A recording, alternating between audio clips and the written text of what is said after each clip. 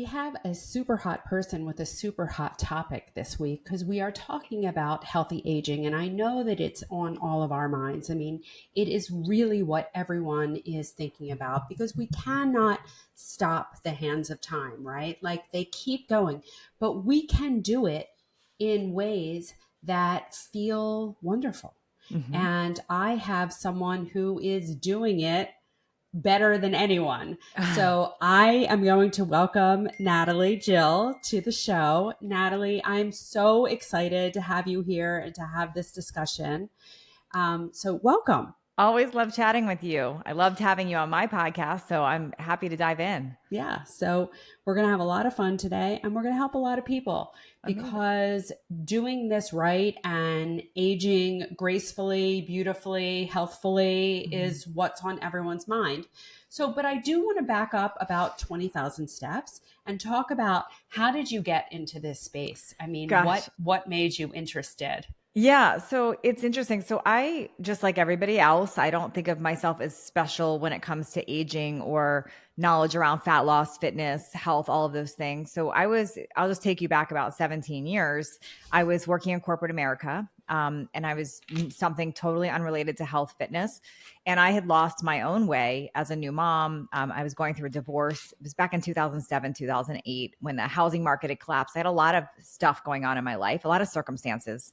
And that'll become relevant as we chat about circumstances and how we let them define us. But in that time of circumstances, for me, the weight gain, the divorce, the financial struggles, all of those things, I turned to the one thing that I could actually control, and that was my own health and my own body. And I started just hyper focusing on my health, my fitness, being better for myself and my daughter at the time. And as I changed, I started inspiring and changing other people. So it started with a fat loss journey for myself and a fitness journey in my late 30s and showing other women that they could do that. And I built a brand sort of by accident, helping other women do the same. Now, I don't mean to skip over that part. That was a very significant part of my story. But as I became this fitness expert, this health expert, all of those things, as I aged and got older, being almost 53 at the time of us recording this right now, things changed. My interest changed. My wanting to help people changed in a different way. It no longer became this interest to help people get a six pack or how do I get you to do these like more pull-ups like that. It just seemed a little bit empty. And as I went through my changes towards midlife, I went into detective mode on like what's happening here and how is it that we chase this certain way of looking or feeling and then we get slapped upside the head with, perimenopause and then menopause and all gravity and all of the things. So I really started to dive into being a detective for the most part. It's what I call it. I'm kind of like a health detective. And I shifted my podcast to something called Midlife Conversations. And it just opened up this whole avenue, this whole different way to connect with women about what's happening to us in midlife. And I know you just introduced me as I'm aging well and I'm doing it gracefully. I don't know that I'm doing it well or that I'm even doing it gracefully. I'm just doing it from a place of being a detective and thinking, what do I want for myself and how can I create that? And how can I help other women thrive in midlife as well? Yeah. You talked about this transition and where your focus was then and where your focus is now. And I think that that is happening to a lot of us. And can you speak to how things actually change for women as they go from their 30s to their 40s Oh, to their yeah. 50s? Because we have to start to think about it differently because our bodies function differently and our needs change. Totally. And I'll preface that with, I really didn't know what I didn't know until I passed 50. Like I thought in my 40s, I had this down. I'm like, this is crazy. Like, I'm going to breeze through perimenopause and menopause. This is easy. Like, what are people talking about? It's just a matter of being tighter on your diet and doing more with your workouts and just continue eating healthy. And I didn't understand what I didn't understand. And I've really shifted that thought because a lot of things do hit us that we cannot control, but our perspective on it and what we do about it, we can control. So I'll just give you a few examples. A couple of years ago, I started getting injured, like a lot of injuries, not just one. I mean, first it started with a ruptured disc in my back. And then after that, I navigated that. I tore a bicep and then I broke my foot. I just like a lot of injuries back to back, needed a lot of different surgeries to repair. And I started thinking, why am I getting more injured? Like, what's that about? And then you start coupling that with, I call it the midlife midsection, like this thickening that happens. Like what's happening there? Is that just hormones or what's going on there? I also started to notice like changes in my skin. And then you look at gravity kicking in. I mean, gravity is a thing and it starts kicking in. Oh, yes. So I started noticing these things. And what I noticed most about those things is, why do these things change me so much? Why do these things upset me? Why do we care so much about these things? And I started to see these like two divides of women, either women that are just accept it all and age gracefully and what's wrong with you for caring. And then I see this other camp of women, like, I'm going to fix everything. I'm going to Botox it up and filler it up and fix everything. And I'm just going to fight it.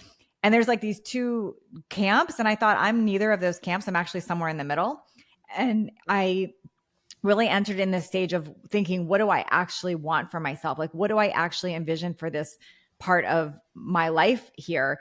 Am I going to keep chasing trying to be 30 again, because that's not really realistic? Or am I going to figure out how I can actually thrive and step into a different chapter of my life now? Because it feels like a trap either way. It feels like I have to surrender and just let it all go and not care. That didn't feel good. And then the chase of it doesn't feel good either. So it was this weird place of, what do I actually want for myself and who am I? And I don't know if this resonates with you or your listeners. I hope it does, that you get into this place. Some people call it a midlife crisis. It's really a midlife becoming. Like, who am I really? Like, what am I if it's not just these things? Yeah.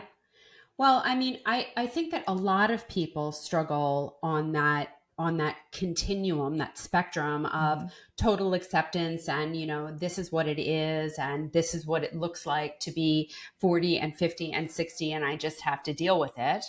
And which incidentally, I mean, is only being reinforced by our conventional medical system, which has no idea how to help you to optimize your health. And so when you come in and you say you're tired and you gained weight and you're not sleeping well, their response to all of that is kind of not as crass, but what do you expect? You're getting older. Right? Exactly. And this is what happens. Right? Yeah. So an example of how that was happening to me is things were changing and I was just told, every doctor, oh, just accept it. This is your age. And I thought, but this is not who I am. It's not about what it looked like. It's about what it felt like. I didn't feel like myself. And it was not, I wasn't getting easy answers from doctors. In fact, just a small example of this is I started having a blood sugar dysregulation. Well, I have a heavy amount of type 2 diabetes and metabolic dysfunction and dementia in my family. Like we have a whole track record of it. So when my blood sugar started creeping up, I thought, this is odd. And I did what I just knew to do. I just started trying to control it. Like, I'm just going to go strict keto. I'm going to be so strict. I've got this under control. And I couldn't get it under control. It was not regulating. I went to traditional doctors and it's here, you need metformin, or endocrinologist looks at you for a second and says, oh, just go on metformin. There was no like, look at what's actually causing this, what's creating this. In my case, what was causing it was a huge gut dysbiosis, like a whole problem in my gut. And when I was able to clear that out and fix that, my blood sugar actually regulated. But I only figured that out because I went into detective mode and didn't take the first answer from my doctor. And I find this again and again with conventional medicine. And I understand there's a place for it. And I understand there's a place for Western medicine. I'm not against it. But I think when it comes to us changing in midlife, we have to become a detective and not just take these answers. It's because of your age. Here's a prescription. We get to decide, what is it that we want for our life? What do we want? And what is the root of making these changes? And let's go in and figure out how we can optimize that. Hormones is a perfect example of that. If you go to a conventional doctor, they look at your hormones, they'll say, oh, you're normal for a postmenopausal woman. Like, you're normal for that. Great. Mm-hmm. I didn't ask to be normal. I want to be optimal. So what were my hormone levels when I was 35? That's what I'm interested in. I don't want to know what a declining postmenopausal women's hormones should be, because that doesn't feel good to me. Although I do want to be clear, because this ends up being a really relevant point in the postmenopausal population. And most people don't get to me because everything's going hunky-dory, right? Mm-hmm. Most people get to me because they've had a major, major, major fallout, right? Yes. Like, most people come to me because they have breast cancer. Mm-hmm. So I fully believe in hormone replacement, even in the breast cancer population. Mm-hmm. So I want to say that and be clear, but never am I trying to restore them to premenopausal levels. Yeah. And I learned this from Dr. David Rosensweet, who basically, I mean, he has the menopause method and the school for bioidentical hormone replacement. And his research over 50 years is that you do not have to get women to premenopausal hormone levels in order to get tremendous benefit, because just giving them small amounts will protect the heart, protect the brains, protect the bones, protect the mood, protect the vagina, protect the uterus, protect the bladder, all the things. Because really what we're trying to do is keep women out of wheelchairs and adult diapers and nursing homes. And we can do that with a little bit of hormone and a lot of work on behalf of the person. Because that makes a lot of sense. And so I'll explain when I say optimal, and maybe that was a poor example to say 35-year-old woman, but I want to know optimal for that. And like having a level of 20 of my estrogen is not optimal for me. That would not be, but it would be average and be looked at as normal within some Western medicine standards. Yeah. So to me, I look at it and I can tell you with my own hormone replacement, I'm not at those 35-year-old levels, but I'm definitely not at that 20 anymore either. So it's better. So it's becoming a detective. And this is, I think, also very different for different women. Like for me, I thought this is not how my energy is supposed to feel. This is not how I envision aging. I don't want to have all these injuries. I don't want to be having all these things. So it became important to decide what is it I actually want for my life and how can I create a different version of that? Yeah, absolutely. So I know that you've had a big weight loss journey, and we talk about weight gain as being one of the major risk factors for both the development of breast cancer and for recurrence. Yes. So can you start, because you are an expert in this area. So can you talk to us about weight loss and how it looks different in different phases of life? Because it's a challenge all the way across, but it's a challenge in different ways. Yes, absolutely it is. So first of all, what worked for us in our 20s and 30s and 40s is not going to be the same as we get older. So that is true. But there's just a few things that I want people to realize. Like when we say things like your metabolism slows down when you age, people will argue and say, well, no, it doesn't actually slow down when you age. Well, it does if you lose muscle mass. And if you lose muscle mass, which we absolutely do as we age, you're burning less calories at rest. Your body's not working as optimal. So you are going to be more likely to pack on the pounds. Also, as your hormones shift, you're going to pack on those pounds. So muscle loss, your hormones are shifting. And then also it's the load of things packing up. And like, so for example, we talk about toxic load with things that might not affect you in your 30s, but that load of it over time is going to affect you as you're older. So things that we used to eat or do, we maybe recovered from it a lot faster. Our body processed it a lot quicker. That changes as we age. Take something as simple as digestive enzymes. When you're 35, you start losing your ability to process and break down the food correctly. So now you're eating the same thing and you're not actually processing and getting all the nutrients from it. You're going to store a lot of that as fat. So there is a lot of truth to it gets harder as we age. But what is absolutely possible is to counter that with being on point with things. And being on point doesn't mean being perfect at things. I can break down exactly what being on point means because it's not what most people think. Do you want me to go into kind of like what that would be? Okay. So the first step, and this is what I'll take women through when they come, because they'll say, what do I need to eat? What do I need to eat? And what do I need to do? Yeah. Which I say action. That's what everyone wants, right? Yes. Just tell me what to do. Yes. And here's what I'm going to say, and I'll share some things to do, but here's the problem. If we just start operating from taking lots of actions, we're not going to actually get anywhere. We have to change the foundation first. I say it's kind of like building your dream house. If you build it on sand, it's not going to last. It's going to collapse. We have to change the foundation first. So what does that mean? The foundation means, number one, we have to change our belief set around what is possible for us with aging. So the first thing I tell women is you actually have to decide that you want something different. Just like when they come to you, Dr. Jenn, if they say, I don't know. I've got breast cancer. I just don't see how this is going to work. It's just doomsday. My whole family's had it. It's almost like they've decided that it's just not going to have a healing option. And that's a very different patient than comes to me that says, no, this is not me. This is not part of me. I don't want it. This is a temporary blip. What do I need to do? If you look at those two patients, I'm pretty sure you probably see a difference in how they tackle treatment, how they. Absolutely.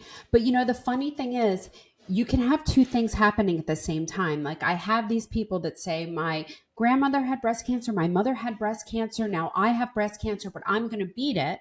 But then you talk about the other things that go along with it. Well, everyone in my family is overweight, so I'm going to be overweight. And everyone in my family has elevated lipids, so I'm going to have elevated That's right. lipids. So they're like willing to separate the breast cancer set of beliefs, but not all the other things that they don't even realize contributed to breast cancer, and that they could have broken that pattern and not gotten here. That's right. But almost all of this is generational pattern breaking. Absolutely is. So I call this, when I say I kill fat for a living, I kill false assumed truths. Fat stands for false assumed truths. And that is that belief set that we've been holding on to that we think has been serving us our whole life. The first thing I do with women in my programs is we break down that part. You have to actually decide you want a different reality for yourself. Now, somebody listening to this right now might feel triggered by that. Like, what do you mean? It's not, they taking it on as it's my mindset, it's my fault. I'm not saying that. I'm saying we're very wired to, and we have these beliefs and we have this proof of all these beliefs. The first thing we have to do is decide we want something different. We have to make a decision that something else is going to be a different reality for me. I'm going to be fit despite what I've seen in my family. I'm going to be healthy despite this. I'm going to release the weight despite this. Like, you have to believe and decide that that's that. Not I'm going to try, or I'm going to consider, I'm going to think about. That's not the same. It's making a decision. Yeah. Part two Actually, of that. Chris Work, I don't know if you know Chris, but Chris Work, he has an amazing story. He's a guy who, I think at either 27 or 29, I can't remember, was diagnosed with stage 3 colon cancer. Wow. And he had surgery, but then refused chemotherapy and went a very natural route to heal himself. He has a very big following. And he says to people who come to him for guidance about cancer, the first thing he says is, you have to believe that you can be well. Oh my gosh, because dude, if you I didn't even know approach it his with work. anything else, that's so the good. first thing he says. You have to really, truly believe that you can be well. That is the foundation. Yes. And I've seen this time and time when I was getting injured and I had all those injuries, and I kept making a joke. I'm injury Barbie. I kept getting injured. So I was like, wait a minute, I'm not taking my own advice here. I've decided I don't get injured. I'm steel. It doesn't happen. And so it is a focus shift. It is a different belief set. So I tell women, you almost have to fake it till you make it. You have to just start saying it and saying, I'm becoming the type of person who, and you have to believe it. So it's a decision first. Literally, it's a decision. The second part of that is getting very clear on what it is you actually want for yourself. And I'll tell you, when it comes to fat loss, what I'll hear from women is, I don't want to be fat, or I want to be skinny. Well, that's not an actual vision. That's just a very subjective, like, okay, what does that mean? A vision is being very clear on what that looks like, feels like, is like on the other side. So describing what that is, like I would describe the way I want to feel. I'm not trying to look 30. That's not my goal at all. I want to be able to move with ease. I want to be able to be active. I want to be able to walk wherever I want. I want to be able to enjoy my workouts. I want to be able to have my focus and my energy and be clear-headed. I want to be disease-free. Like, I'm very clear on what that vision is. I want to travel a lot with my husband. Like, there's a lot of things that I'm clear on the vision. So when you're clear on the vision for what you want for yourself, it makes it a lot easier to start taking the actions I'm going to speak into. And some people will hear this logically, but they won't actually do it, because I see them go, well, what do I have to eat? What do I have to eat? And I say, until you actually change that foundation and you get clear on your decision and what you're actually after, the vision you want for yourself, it's going to be very hard to change things. So that's just, so like with your patients, I'm sure you're doing this on some level. Like, what does that look like on the other side of healthy? I mean, the very first conversation that we have is, tell me what did we accomplish in this last year that we worked together, right? And we're just meeting. Yeah. We're just meeting. But I want to know, what do they see a year from now? Because when you start with the end in mind, you know exactly how to plan the path. Right. That's exactly right. So then the next question comes to, okay, but how now? So the how is important, and the steps are important, but it's the lens you're looking through for these steps. It's also the beliefs that you have while you take these actions and these steps. And I'm just going to give you a little example. Most women can relate to this. So you've had a time that you went into a gym in your life, sometime in your life, every woman's had this, where you felt yuck about yourself. You went in, you felt yuck. You're looking at everybody else in the gym going, oh, I have so far to go. I don't like the way that I look. That girl's outfit's cute. She's intimidating, whatever. You feel this. How was your workout that day? Pretty much Awful. sucks. It Yeah. sucks because you're in this belief set of this sucks. Why am I here? I'm tired. I don't want to do this. And then you could think of another day where you actually had a very powerful experience. Maybe it's your workout, something that I want you to think about how you were in your mindset before you walked into that place. Like that's the easiest way I can explain that mindset shift. So the first thing we have to do before taking any actions is make sure we're in the right state. I don't mean physical state. I mean like mentally, what's the state that you're in? Are you in a position of, I can do this. I'm changing for the good. I'm, healing myself. I'm getting healthy. I'm releasing the weight. And I say releasing, by the way, because when we say lose, we're going to find it again. So I say release the weight. Yeah. So are you in that state before you actually take the actions? And then you start taking the actions, which I'll get into a few of them, on top of that layer of your being in decision and vision. And there's a lot of ways to get you in that space, but one of the big ways is gratitude, just being clear on what's actually working. Another way is the mind trick of saying things like, I'm becoming the type of person I'm becoming the type of person who is an anomaly. I'm becoming the type of person that healed. I'm becoming the type of person who releases weight easily. I'm becoming the type of person who loves to cook. I'm becoming the type of person who, whatever, works out daily. So what is that? And there's tricks you can do to get you there. Like one of the things I love is I call them decision boards. Some people call them vision boards. I call them decision boards.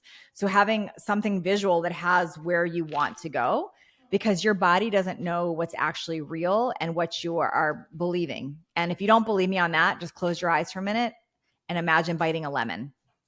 And what happens? Yeah. That's right. Good. That's the same thing that happens literally when you have a vision of what you want for your life. So if you can get yourself in a state, whether it's looking at pictures, meditating, listening to music, whatever it is, that state is where you want to take actions from. One of the things I used to do back in my 30s when I was struggling with my own weight is I had this vision board and I had very fit girls on there. I had happy mom and daughter. I had like all the things that I wanted that wasn't in my life right then. And I would look at that board and say, okay, if I was the girl living in this board right now, what actions would I need to take? What would I be taking? And the answer to that question was the girl on the board that's super fit. She wasn't sitting on the couch eating soda and chips and watching TV. The girl on the board was walking on the beach. She was active. She was eating healthy foods. So it would change. I would act like I'm that girl on that board. So whatever we have to do to get ourselves in that mindset, that state first, is the key piece. I believe in energy, and that energy is really loud based on what you're telling yourself. Yeah. So absolutely. And the interesting part of that is that when you are putting yourself in that mindset, you're actually putting yourself in a parasympathetic state. And that is the state of healing. That is the state of rest and repair. That is the state of health optimization, as opposed to the sympathetic state, which is the state that most of us are walking around in the majority of the time, or way too much of the time, because we're really only built to be in that sympathetic fight or flight state. That makes sense. That danger state for 5% of the time. Yeah. And we are in it way more than that because our lives are such that we are constantly surrounded by these veritable saber-toothed tigers. Yeah, right? It makes sense. And so by doing this and by creating that imagery and creating like a genuine feeling of safety and pleasure in your body, it completely changes the chemistry. And that will translate into a lot, because as we talk about the continuum, which leads people to chronic diseases like breast cancer, that is a result of spending many years in that stress dominant state. Yeah, So that makes total sense. This is freeing you from not just excess weight. It's freeing you from a lot more than that. So good. So good. There's a movie that I watched that I'm going to recommend. It's going to sound funny. It's like a chick flick movie. But it's so the example of what I'm talking about. It's Amy Schumer film, but it was called I Feel Pretty. Have you ever seen that or heard of it? I loved it. So for those of you that didn't watch it, I highly recommend you watch it. But the theory behind it was she's basically in a bike class, like she's doing a spinning class, and she's you can feel her walking in feeling overweight and bad about herself. And she's kind of like looking at the other girls and having the jealousy come up. Being small. Yes, being and small. Keeping her personality small because she feels inferior to everyone else in the room. She falls and bumps her head and wakes up, like, so amnesia, wakes up, and she thinks she's a supermodel, like literally thinks she's a supermodel. And her whole life changes just because of her belief set. And that movie was so good and so telling to me because it's so true. It's our belief set that dictates how we show up. It dictates what happens in our life. And I believe it's the same with our body too. It's that same thing. So going back to that lemon analogy, if you think of biting a lemon and you feel your mouth salivating, you'll know that what I'm saying is real. Like that is real. I'm going to drink my lemon water so I have a reality of it. Yeah. So and I check myself a lot with this where I'm, because I get into circumstance all the time. Like this is happening. This is not you, but I have to remind myself like I can change my thoughts. So then we look at like the actual actions. Like you absolutely have to take actions. It's not a woo-woo thing. You don't make a decision board and stare at it and it just, now I'm fit. It doesn't work that way. You have to take actions. So I'm going to just go over some really basic actions. And some of you might roll your eyes and go, that sounds basic. But my question back to you is, but are you doing it? But are you doing it? Because I couldn't have said I was doing it fully until I really needed to. Like number one, are you truly eating natural, unprocessed, real foods? Like, and a lot of them. So when we look at food is healing. Food is designed to give us energy. Our cells turn over constantly. If you are not eating healthy foods, if you're eating a lot of processed junk, if you're eating things that you just think, oh, it's just okay. It's not actually. So just really thinking about, it's not about being restrictive. It's about saying, am I adding in so much of the good that I make less room for the not so amazing is what I say. So unprocessed real foods. And I'm not even talking about if you're keto or paleo or carnivore, that I don't even care about right now. You do what you want to do, but real natural foods. So real natural, what is that? That's meats, that's nuts, that's seeds, that's avocado, it's olive oil, it's vegetables, it's low glycemic fruits. All of that is unprocessed real food. Food in its natural state, food that once grew is good for us. One ingredient. One ingredient, simple. So I always say if it grew in the ground, fell from a tree, walked, swam, or flew. Or had a mom. So, yeah. Right. Yeah. All of that. So I look at all of that, like that's healing food. So I won't even get into like an argument about like carnivore or vegan or anything. I'm just, are you eating unprocessed natural? I try to stay above the fray with that too. Yeah. Are you eating natural real food? Now I personally, nobody will convince me otherwise that phytonutrients are important for us. My second book, Aging in Reverse, was literally all I did was research and talk about vegetables in that book because there's so many antioxidants and good for us stuff. And I believe that that's what keeps us youthful too. It helps your skin. It's going to help your hair. It's going to help your body. It's like, there's so many healing things. Without question. No matter what somebody tells me about, they don't want vegetables. I think vegetables are critical, low glycemic fruits. I'm a huge fan of that. So we fill up on those things. That's number one. The second thing, are we really taking care of our gut? Because your gut is your second brain. And I do believe a lot of disease stems from our gut. A lot of blood sugar dysregulation, a lot of cancers. I think a lot of things stem from our gut. So how do we take care of our gut? There's a whole list of things we can go through, but just some basic things like, are you doing things like bone broth, which really coats your gut? And bone broth is good for you in so many ways. Are you taking probiotics? Are you regularly looking at this? So I don't know how you feel, Dr. Jenn, but I'm a fan of like paying attention to parasites and things that are emptying because I think that's not looked at enough. And it's very easy to manage that type of thing and to know. Yeah. So that's another thing, your gut. Then I'm looking at hydration. Are you actually hydrating yourself with mineral water? Are you getting enough water in? Are you actually doing that? And then taking a good hard look at the habits that you're doing that are not serving you. Like I know everyone wants their wine, but there's nothing beneficial about adding alcohol to our system. It's toxic for our liver. It's toxic for our skin. I will say that the American Cancer Society says that there is no safe amount of alcohol. No safe amount of alcohol for women. Yeah. So women don't want to hear that from me, but I'm like, but if you want to know what I'm actually doing and what I'm telling people, like, sure. Could you do my meal plans and have a glass of wine a day? Sure. I'm not crazy. I'm not going to yak, but I'm going to tell them best practices. Don't say that to Jenn Simmons. Yeah. But I'm going to tell you best practices. No. Yeah. Best practices. No, it's not a little bit is okay. It's just, it's poison for us. So I'm looking at that. Sugar is a huge toxin for us. Sugar helps everything grow that we don't want to grow. So, I mean, with cancer, we know sugar connection there. With type 2 diabetes, a sugar connection, dementia, all metabolic disorders. I mean, there's even a connection with your heart markers and sugar. So added sugar, and I don't mean the sugar from like a piece of fruit, like fructose, because it's different. You've got fiber, you've got minerals, you've got nutrients, but sugar is like, if you just are like, oh, I can't lose weight, but I happen to be eating, Swedish fish every day, that's a big problem. Yeah.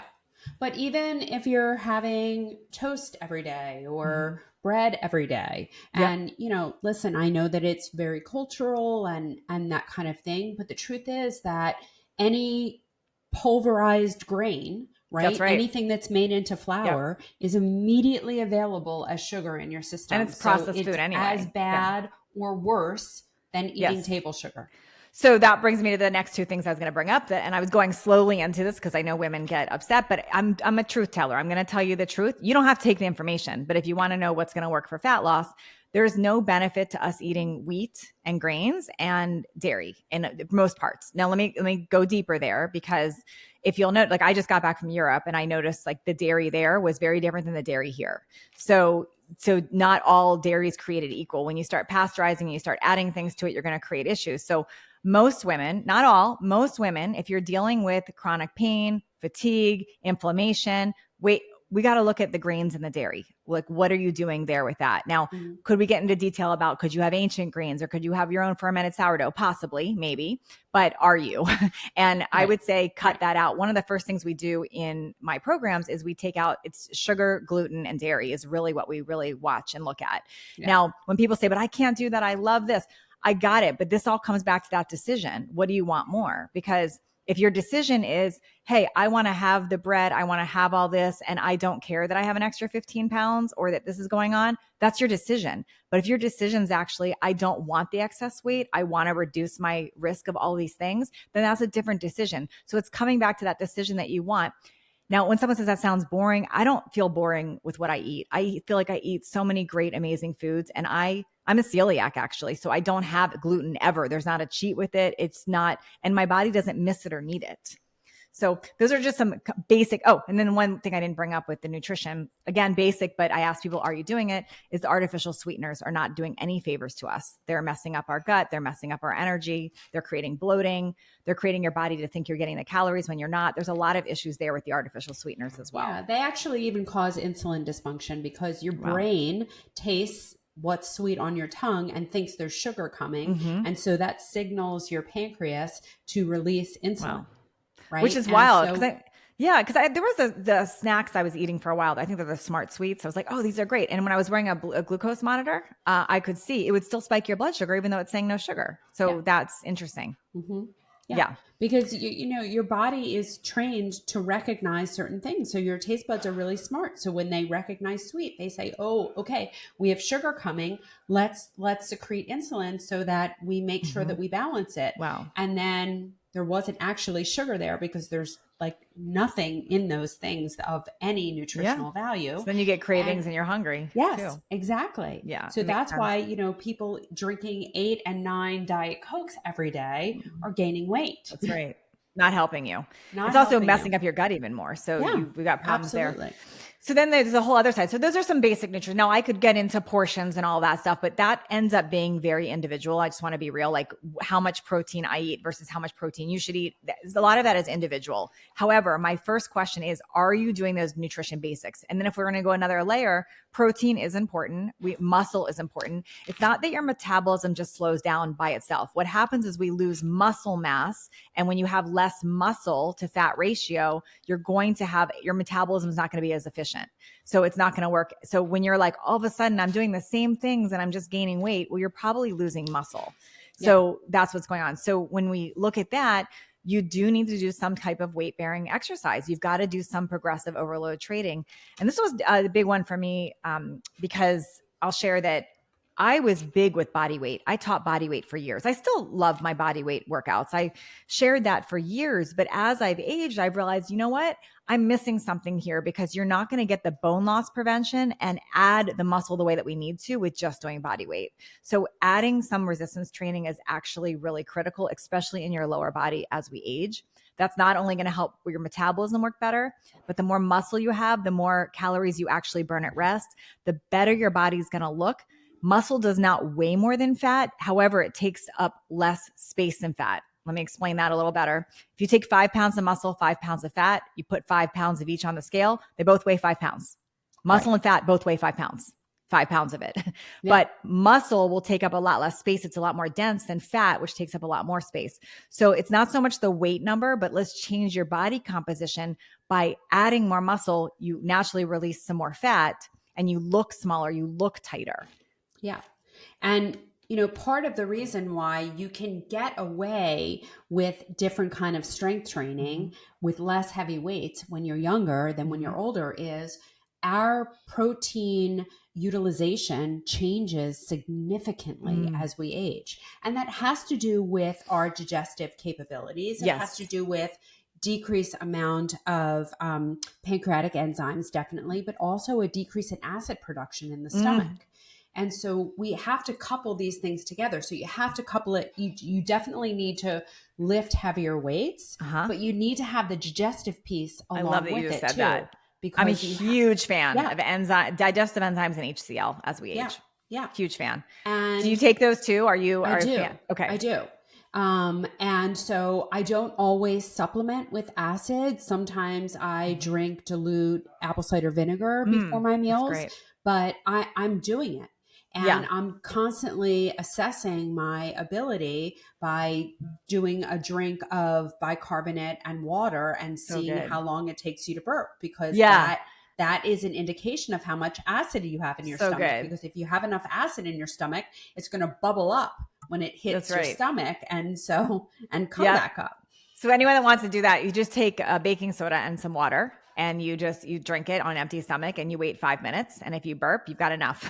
If you don't, then you don't have enough. And then HCl, hydrochloric acid, is what will help you break down. Also, it's what helps prevent some parasitic infections and stuff that goes on in your gut. More than just parasitic infections, though. I mean, we're talking about, you can't possibly sterilize your food, and you almost don't want to. So there's going to be bacteria, there's going to be viruses, which is not a big deal if you have enough stomach acid, because when you eat that food and it hits your stomach, the stomach acid will kill them.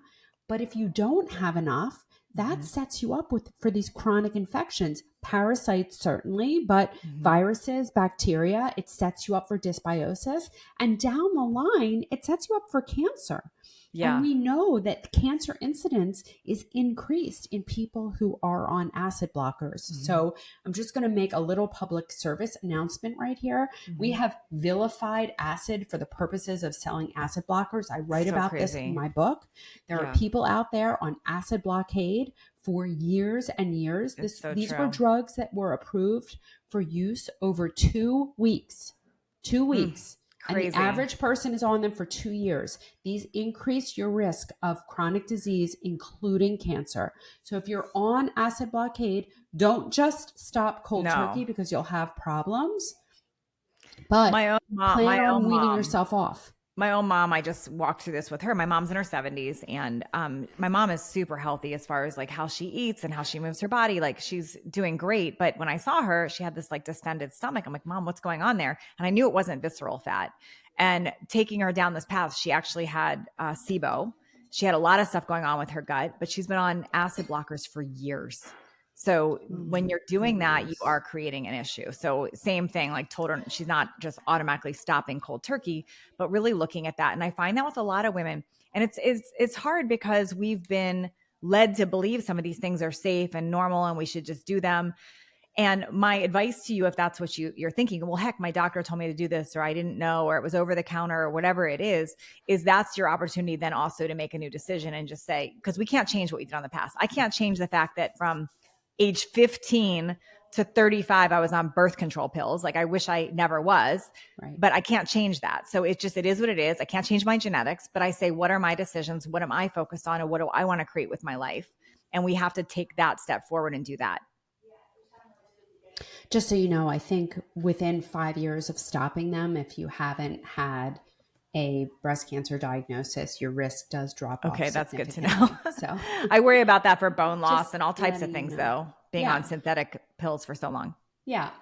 I wouldn't worry about that so much because it probably does confer some protection. Mm, Um, and certainly during those times when you are building your bone yeah. to have estrogen in your system, I mean, you would have had it Yeah. anyway because you would have been during a time in your life where your ovaries were working. But in any event, hopefully I made you feel a little better Yeah, yeah, about that's that. good. But Yeah, I for honestly don't anyone spend time listening, worrying about it. But that's my point is that we can go down this road of, oh, I took these things or I did these things, but I don't focus on what I did in the past. I just focus on what I want to create in the future. yeah, That's the theme I take women through for fat loss too. Same thing when you come into doing a fat loss journey and you're like, when someone starts my program, I say, I understand all these things you tried in the past, but we're not going down that road. We're going to yeah. look at what we're going to do from here on creating. One thing And I did not it doesn't mention, serve you. on top of the mindset, decide, vision, action is what I say, the mindset piece and being clear on those actions with your nutrition and your workouts. What also is super, super critical is the two things I want to bring up. One is your toxic load, and to start to look at that, where somebody might say, well, gosh, everything's toxic. Everything's toxic. Got it. But it's the toxic load. It's the amount of stuff that we're compounding over time and what that does to our body.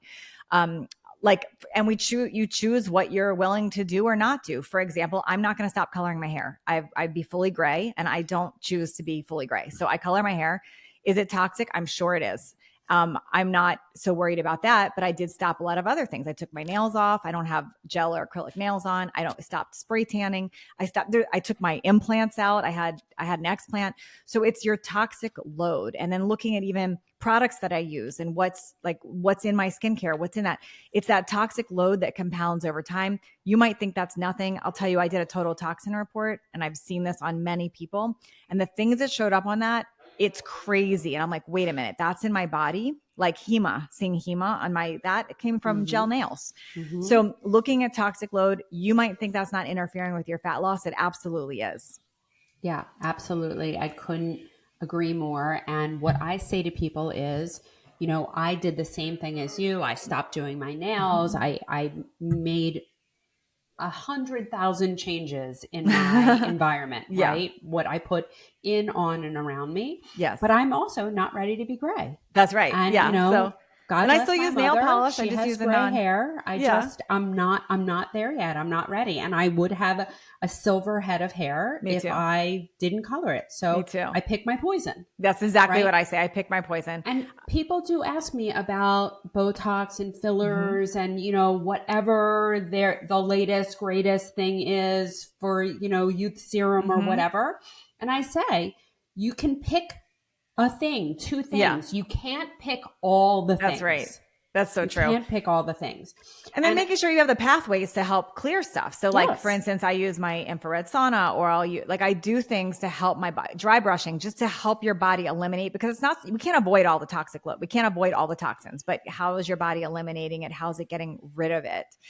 And then the second part of that is the biggest part, and I really want women to hear this, is about being your own health detective. We cannot expect your doctor just to know everything for you. We have to be our own detective. If something doesn't sound right, if it doesn't feel right, you've got to go deeper and ask the questions and know what that means. There's so much information out there, and we can look at it as that's information overload, or we can look at it as, wow, there's a lot of information. I can find my answers. And I choose to look at it that second way and become a detective, which means I go deep learning about gut health. I go deep learning about blood sugar regulation. I go deep learning about thyroid. Like, learn these things and take from them what you need to know and what you were maybe missing. Be a health detective and ask the that questions. is a very, very daunting prospect for people. Now, my friend Sachin Patel says that the patient is the doctor of the future. And I do believe that. I think it's very, very important to tune in to your intuition, Yeah. because no one is ever going to know you better than you know yourself, ever, So ever, true. ever. But that it's very daunting. I mean, I saw a patient today that had all of this functional testing done, Mm-hmm. and she kind of dumped it all on my lap and said, I don't know what any of this means. Oh my gosh. And I said, Yeah. of course you don't know what any of this means. You're not supposed to know what any of this means. So I don't want people to feel intimidated, like they have to start interpreting these really complex labs. Mm-hmm. But tell me, how did you become your own health detective, and where are your trusted sources? Great question. So I am that person that obsessively researches, and I understand that can feel overwhelming and daunting. And I always say I have like 3 phases. It's like overwhelm, obsessive focus, and then maybe I'm bored with it. So it's kind of like, so maybe that's not a normal expectation of a lot of people. That might be an ADHD trait. I don't know, but that is how my brain is wired. But I will say, what is actually more important, you listening, than your own health? I mean, it's a real question. What's actually more important? Because you might say your husband, your kids, got it. And can you actually show up powerfully to be supportive and a great person in their life if you're not taking care of your health? And no, you cannot. I think about my dad, who thought it would be selfish to take care of himself, and he died at age 49 of a heart attack. So I don't align with I don't have time, or it feels overwhelming. I got that you feel that way, but you get to get past it. It also feels uncomfortable starting a new job or starting a business or having a baby there's nothing worth chasing in our life is going to just be easy to take on. There is nothing more important than your health and vitality, especially in midlife. So I'm going to say you got to jump in anyway. I'm not saying you have to be an expert on reading labs, but can you be an expert on finding the best doctor for you?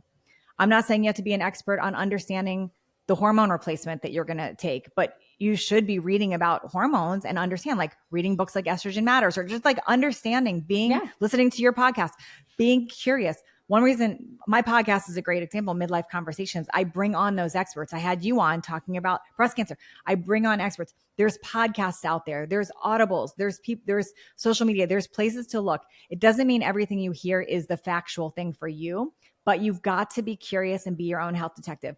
I will tell you, if I look at my friend circle, if I look at who I aspire to be, like anyone that's living well in midlife, so I say thriving in midlife, if I rewind what they are doing, they are being a health detective. They are curious. They don't just go in for their 5-minute checkup and say, oh, yep, I need metformin, I need cholesterol medicine, I need this, and I'm done.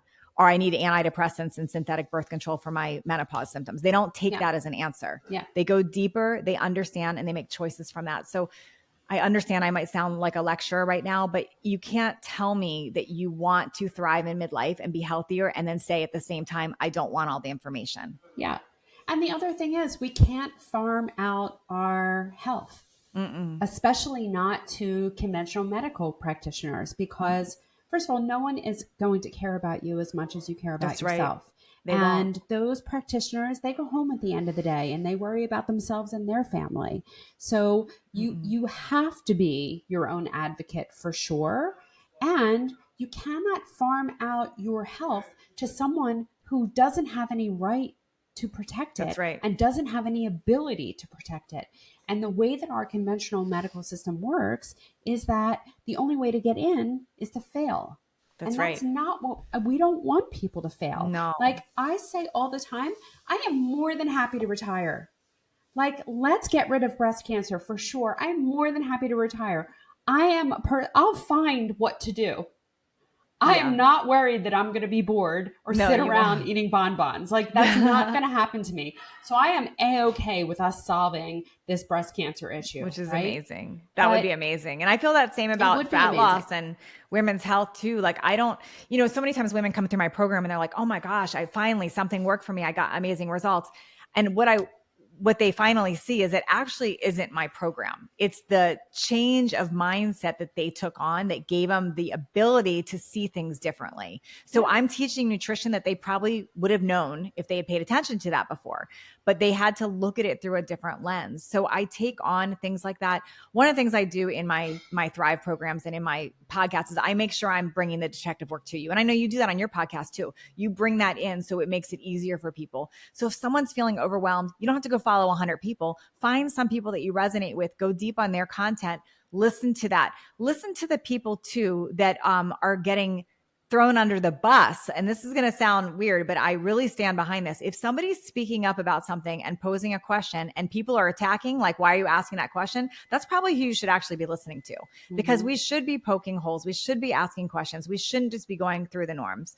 What I realized recently is, this is going to sound maybe a little out there, but I think the majority of Western medicine, it's not meant to be bad. It's just, we were taught specific things that are based on averages. And like, okay, if someone's blood sugar is this, it means that. If someone's cholesterol is this, it should mean that. That's a way of like average thinking. So they're doing what they were were taught and were learned, it doesn't mean every single person fits into that box. Like just because you have and high. unfortunately, we've only made that range bigger because as we've gotten less and less healthy, the mean has changed. Yes, that's but true. it's changing in the wrong direction. No. Right? Like, So average now is a whole lot worse than it was 30 years the ago. amount of people on cholesterol medication, like, just stuns me when we don't even know, like, maybe that is for some people, but is it necessarily for everybody? I'd want to know what's creating that cholesterol. Like, what is that? You have to give 83 people cholesterol medication for one person to benefit. So let's just talk about where that whole thing is being driven from. Right? Yeah, It well, does it's not following the decrease your money. risk of No. cardiovascular No, disease. it's like 2%, isn't it? It's like something very small. I don't like 2 even to think 5. it's that. I don't even think it's that. Yeah. And well, it's 1 point something percent because 1 in 73 people benefit. Well, And then, or 83 people. And then you have a 63% increase in diabetes if you go That's on. right. That's right. And you've got pain and statins. inflammation. You're going to feel joint pain. And now you're not going to do your workouts. And now your body's actually Or making depressed. that cholesterol to protect you from other things. And so there's just a lot of, and again, I'm not saying nobody should be on that. Fine. Everyone has their own unique situation, but my question is always, but why? But where's it coming from? What's leading to this? If I had listened to that first doctor about the blood sugar, I would have just been on metformin going, okay, I'm supposed to be type 2 diabetic. That's not the case. I got to the root and I don't have the issue anymore. So I would say that's where being a detective is important. Now, if you ultimately choose a prescription or medication, you want to do it from an informed place. So that means you're not just asking that one doctor appointment. And then the next layer of that, and I know someone's thinking this, so I just want to give you some hope here, is they say, but my insurance.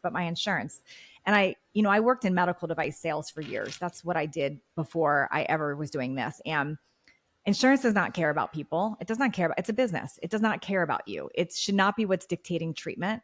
And it's very sad that insurance is what's dictating treatment. So to me, it's like you pay now or you pay later with the problem.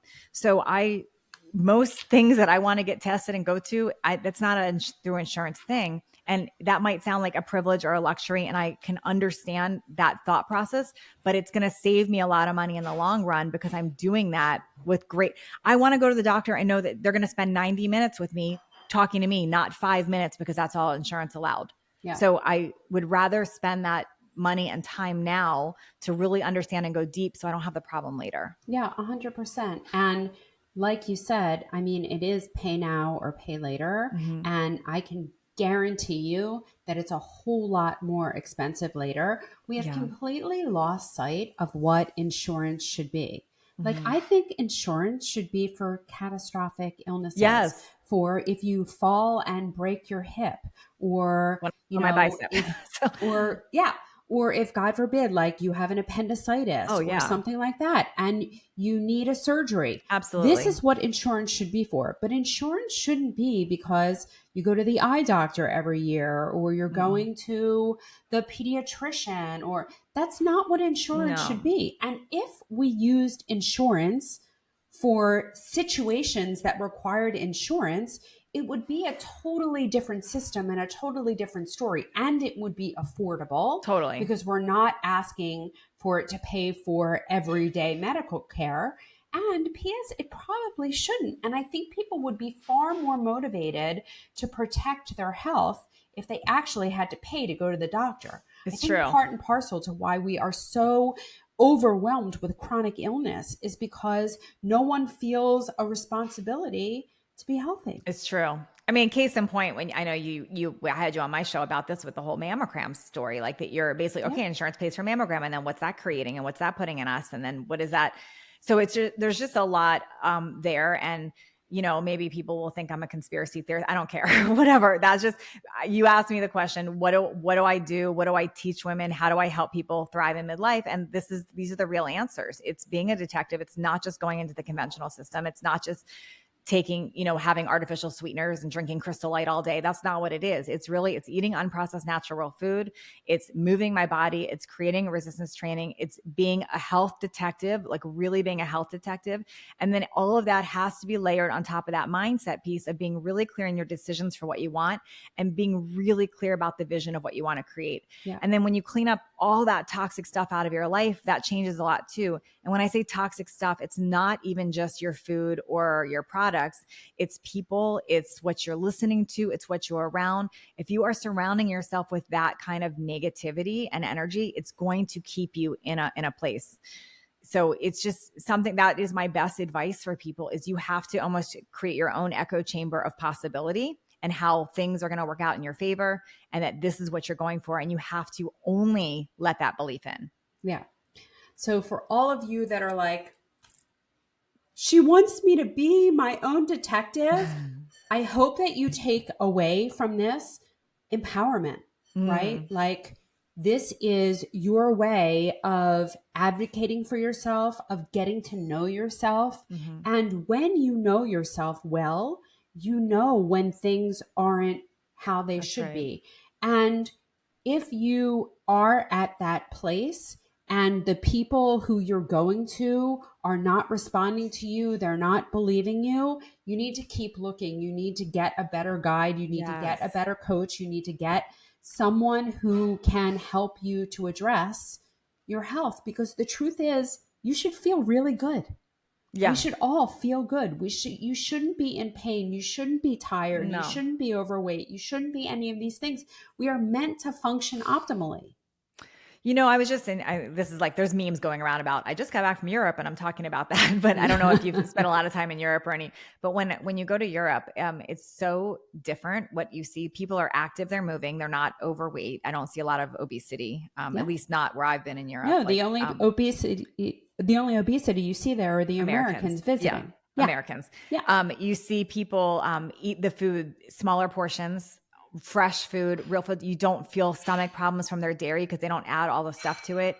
There's over 2,000, I heard, I might be off on numbers, chemicals that are allowed in our food in the US that are not allowed in European food, which is crazy to me. Yeah, I think that's a minimum. It may even be more. So, but I watch that. And what's really wild is you watch people in Europe, they're smoking and they're like, and it's still not affecting all these other things. So you take something that toxic and still their lifestyle of moving and eating well is surpassing the toxicity of the smoking, which is so crazy to me. But I saw that and I watched, like I track my steps. I wear an Oura ring and I track my steps. And I just saw how naturally you get in 20,000 steps a day there. It's like you're moving. Here we're sitting more, we're sedentary, and we're creating this whole big thing around body positivity, which to me can be very dangerous. Like, I'm all for you loving yourself, but let's get real. Obesity kills. I mean, obesity raises your risk of cancer, heart disease, diabetes, all of it.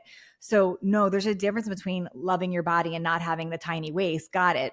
And saying it's okay to be 100 pounds overweight, not enrolled in that. Yeah. So and this is the toxic positivity that people talk about. And we're not saying don't love yourself, but we have to do better as a people, as a society, as a community. Love yourself enough to take care of yourself and be there for forever. I use my dad as an example a lot because my dad, he had every intention of putting us first and being there for everybody else. And he died at age 49 and literally never met his grandkids, never saw me grow up, left my mom a young widow. My sister was only 12 when he died. So I think about that. And to me, that's actually more selfish. So take care of yourself. We don't know. We cannot predict our futures. We have no idea how long we have. We don't know any of that. There's so much we can't control, but there's so much we actually can control. Why would you not want to bet on yourself and try to do those things? Yeah, exactly. I think that's a great place to end. This has been an amazing discussion. I love spending time with you. I love your whole philosophy. I love the mindset that you've created for yourself and shared with the world. I think you have an enormous impact, and I can certainly understand why. Thanks. Thank you, Dr. Jenn. So tell us about your books. Tell us where people can find you. Tell us what you're up to right now. Yeah. So I do have 2 books. If any of this resonated and you kind of want to know where to start, 7-Day Jumpstart, Unprocessed Your Diet can be in stores anywhere. This is the first book I wrote. So it's all about unprocessing your diet. And it's everything we just shared today, but on a basic level, step by step. And then Aging in Reverse is my newer book. I'm working on a 3rd, but it's not ready yet. So we've got this. And then my podcast, Midlife Conversations, I help you be a health detective. We go deep. I've had great guests like Dr. Jenn Simmons right here on, where I go deep on these topics for you so you don't necessarily have to dig for the research. I bring on all the stuff. I bring on the best experts with all the topics and we go there. And then I'm most active right now on Instagram, which is Natalie Jill Fit. Amazing. So thank you so much for your time today, for sharing your wisdom, for what you do, for your tireless energy on making this world a better place. I know I'm so grateful. The listeners are grateful. If you liked what you heard today, please share it with a friend who needs to hear it, because we all need to be healthier and we can do this better as a community. It's Dr. Jenn. I'll see you back here next week, same time, same place. Bye for now.